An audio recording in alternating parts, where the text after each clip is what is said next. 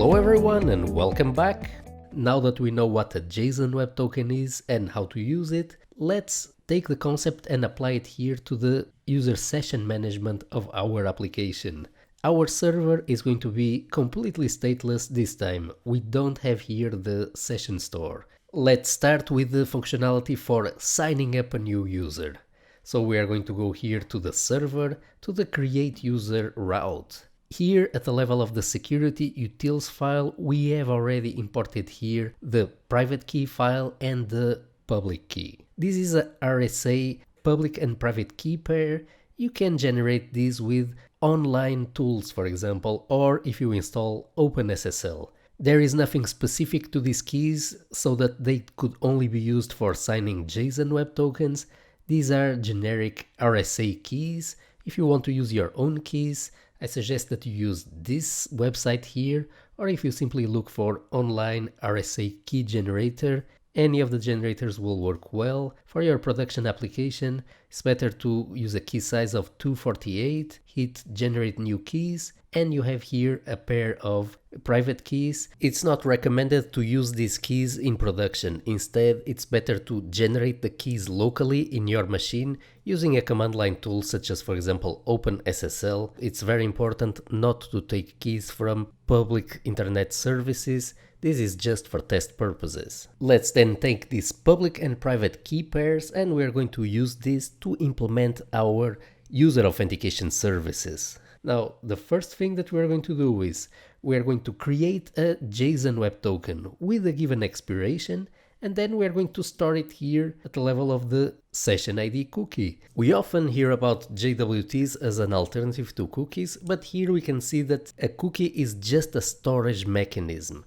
There is nothing that prevents us from storing a JWT in a cookie. It's actually a good place to store it if we are getting all our web tokens from the same domain, as we will see. So we can store it in a domain specific cookie. We are going to make it HTTP only and secure. So the bearer token, which is a JWT, it's going to be invulnerable to cross-site scripting attacks.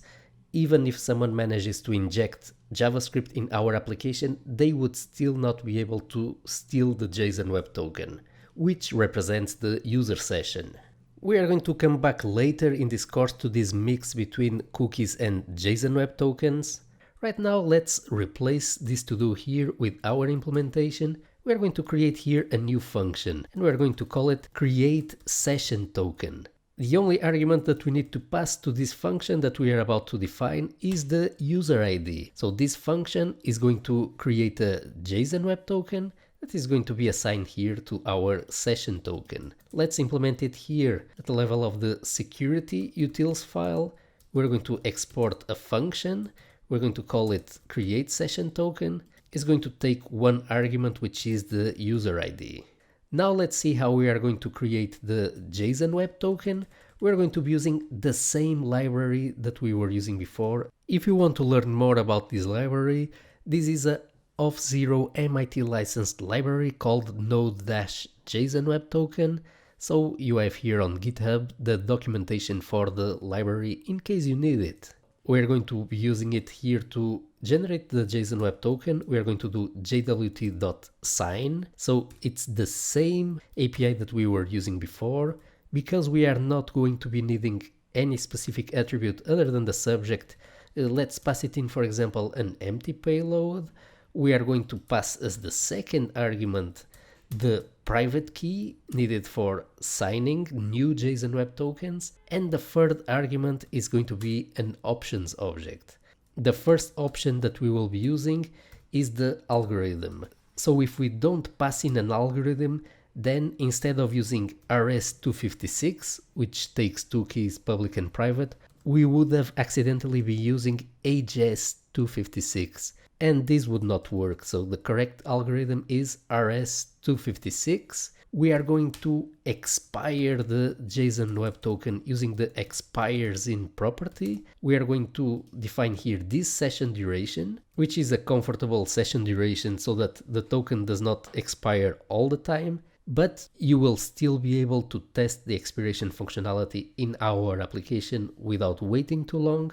In production, again, this would depend on your application. We are also going to pass in here the subject, because we will only be using this JSON Web Token for authentication. So let's use as subject the user ID, and we would get back here a JSON Web Token. The problem is that this call would be synchronous, so we don't want to block the whole Node.js process as we are generating a new JSON Web Token. According to the documentation, this sign API call has an asynchronous version where we pass in here as the last argument a callback, a node style callback. So let's also promisify here this particular function. We're going to call it simply sign JWT, and we are also going to be calling util promisify. We will be passing it in jwt.sign, and this will effectively promisify this API call. So now we are going to be using here this promisified version. We are going to return this here. So we are now returning a promise. This has not been evaluated. We are going to mark this function as a sync, meaning that it returns a promise and it's compatible with a sync await. So because we are returning here a promise, we don't need to await for the result. Here we are going to import the session token with Alt-Enter. We have now run here into a problem. This ID is a number and it's not a string. So we are going to call toString on it, because at this point in the program we are sure that we have here a number. And instead of taking back here the promise, we are going to await for the resolution of the promise. So now what we have here is a JSON Web Token that will then be stored in the session cookie and sent to the browser. The browser then, with each request back, is going to send back again the same JSON Web Token, and in order to validate it, we simply need to check its signature. Let's then see this functionality in action. We are going to switch over to a bigger browser window so that we can see what is going on. We're going to create here a new user. And now when we click sign up, let's keep an eye here on the network tab on the Ajax filter. We hit sign up. We got here a first request sign up, then we were redirected to lessons. But the first request is an HTTP post to the sign up API. We're going to be returning 200, and have a look here, the session ID. This is a JSON Web Token now.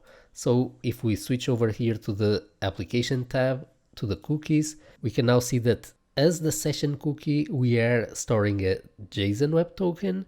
It's HTTP only, we still can't access it via JavaScript. It's secure, meaning that it will only be sent via HTTPS, and it's not simply a random value that the server had to store in memory. The server has, at this moment, completely discarded the value. Even though the server did not keep the token in memory, it will still be able to identify the user. We are going to see how in the next lesson.